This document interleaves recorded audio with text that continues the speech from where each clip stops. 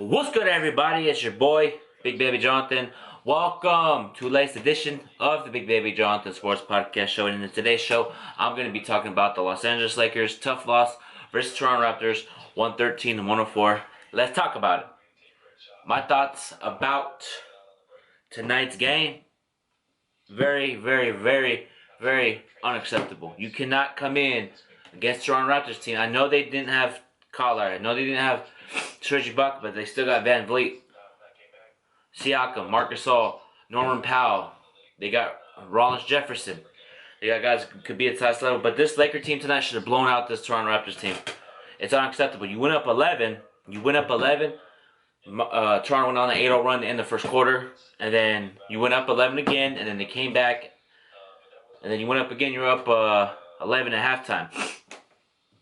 And the second half, you got outscored 61-43. Unacceptable.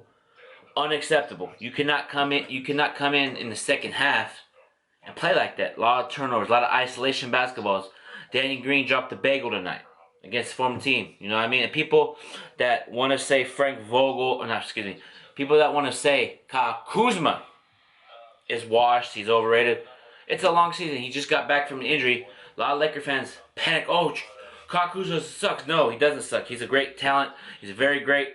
He just has to get his legs under him. This is his preseason right now. He's coming back from an injury, so give it time, Laker fans. Give it time. And it's a long season. There's going to be nights like this. You win some. You know what I mean? You win some, you lose some. It's a long game. But the Toronto Raptors bench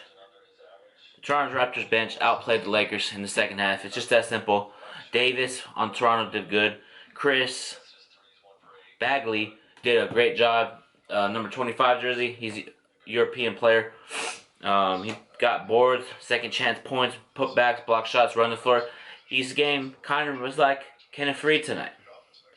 And what I want to bring up right now, it's not dissing anything. LeBron could have done more in the second half, but besides only scoring 13 points. LeBron James, this is where I have every right to criticize you because you're on my team. You feel me? You're on my team, and everybody, not just LeBron, everybody's held accountable. But in the second half, you could have scored more than 13 points. You know what I mean? You could have scored more. I know you had 15 assists, 13 rebounds, but there's a time and place for you to facilitate and take over. There's a perfect time when you're down 9. You could have taken over the game. You know what I mean? AD had to do his thing. Everybody had to do the thing, but I feel like you could have done a lot more. And that's what you had to been. You should have been more aggressive in the second half. I understand that you're a pass-first player, but there's times where you need to start taking over a game. I know this is one game. It's a long season, but that's what I saw from LeBron tonight. He didn't really seem engaged in the offense. He just seemed like passive. And then here's the other thing. It's not just on LeBron. It's not just from AD. It's from the team. If you get your shot blocked, don't look at the ref and stand there. If you get blocked, run back on defense. There's a lot of times LeBron did that, Kuzma did that, Danny Green. If you get your shot blocked, don't put your head down. Just okay. You got your shot blocked, run back on defense. There's a lot of times when Kuzma got his shot blocked, he stopped and looked at the ref. No, if you get your shot blocked, run back on defense, because a lot of times Lakers shot 34% from the field in the second half. And Toronto shot 43 in the second half, 43% in the second half. You can't. The defense wasn't good tonight. It's just that simple. For me, it's just that simple. Defense wasn't good. We're getting outplayed, out-rebounded, hustle, grit, grind. Toronto seemed like they just won harder. I'm not saying that, but just what I looked. It's just one of those NBA nights for the Lakers tonight. And here's the thing. You cannot come in, okay, Kyle Lowry's not playing. Serge Ibaka's not playing. Oh, we got this one. You have to come in. Okay, they got Powell, Siakam. They got Marc Gasol. They got Norman Powell. They got guys who compete at the highest level. The coach on Toronto is a very talented coach. He can make his players play hard, passion, grit, grind. But this Laker team should have blown Raptors out by 20 or 15 points because AD and LeBron versus Siakam and Marc Gasol. And I know it's not battles individual, but AD and LeBron should be dominate teams like Toronto, dominate teams like Chicago. I know he beat Chicago, but here's the thing. For AD, he played great tonight. 27 points and 7 block or some 27 points and 7 rebounds and 3 blocks. You know what I mean? I just like his game. 27 points, 4 blocks, excuse me, tonight. I just love his hustle, grit, grind. And I made a mistake on one of the stats for the second half. It's Lakers got outscored by Toronto 61-44 in the second half. That's unacceptable. You can't get outscored 61-44 in the second half. That's unacceptable. You know what I mean? So it's just one of those games for the Lakers, man, where you have to come in with the laser mindset of we gotta blow up. We gotta come in better ball movement side to side. And when we were down, the ball stuck. A lot of ISO basketballs.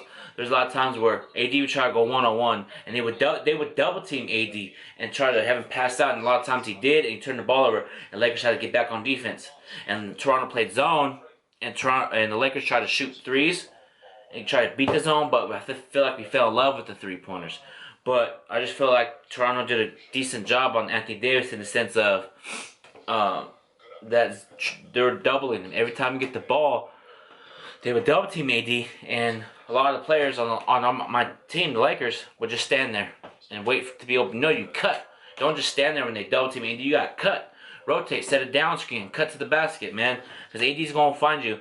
There was times where we could have blown this team out. We're up 11. You know what I mean? But we'll fix it. Second chance points. Toronto killed us tonight. Free throws, we got to the line a couple times here and there, but Toronto got more to the line. I just felt like Nick Nurse, the coach of the Raptors, he outcoached Frank Vogel tonight. And the staff for Toronto outcoached the Lakers tonight. It's just that simple. We're 7-2. It's a long season, and I'm looking forward to the next game against Phoenix. But I just feel like we can learn from this game, take some things great from this game to learn from, and take some things that we need to work on, fix it, and bounce back Tuesday, because Phoenix Suns is a great team. They're 6-3. They got Devin Booker, Ricky Rubio. They got a group of guys compete at the highest level. Monty Williams is a good coach, so it's gonna be a tough game. Again, it's Phoenix, man. I'm telling you, man. This Lakers team's gonna. I'm telling you right now. Every team that plays the Los Angeles Lakers is gonna play their heart out to try to beat him. You know what I mean? I know it's just a basketball game, but a lot of teams and coach, okay, it's the Lakers, it's LeBron. We're gonna try to beat LeBron, but we'll figure it out. You know what I mean? I feel like the Lakers, what can they learn from this game? The Lakers can learn that you need to play with heart, passion, grit, grind every single night. But here's the thing: Lakers went small a lot, and that's when Siakam got a layup every time. Marc Gasol got a layup. Norman Powell got layups. And the thing about Frank Vogel that I didn't like tonight was a bad rotation. You got Dwight Howard that brings energy, passion, grit, grind on the bench. You got JaVale McGee on the bench. Why don't you put one of those guys in to bring off the bench? Alex Caruso could have came in. He came in, but he didn't do what he did in Chicago. First game back from a road trip. It's understandable. But if you go small too much, you're going to get exposed. I know it's just... Lakers just got beat tonight, fair and square. You know what I mean? But there was a call where Kuzma got fouled. Down 4 at the time. Could cut to 3, and then they go on the other end and shoot a 3. And then we give up wide open layup, or wide open 3-pointer. And that was pretty much the game. But at the end of the day, we just have to learn that if you're down 9 or 11, don't put your head down, or don't do ISO basketball. Possession. Score, get a stop. Like, you know what I mean? I know we had that little run right there. If we would have had that run in the beginning of the fourth quarter, we would have won this game tonight. But Fran VanVleet did his thing. Davis did his thing on Toronto. And VanVleet, Davis, and Siakam did his thing. Gotta give credit where credit's due. And people that want to jump off the Lakers bandwagon because off this loss, come on, bro. I'm Lakers for life, baby. I'm a Laker for life. So all you fair weather Laker fans and you want to jump ship just because we lost for 7-2, we're not gonna go 81-1. It's a long season. Every team that was built behind me every year on this banner had games where they lost to teams that they normally should beat.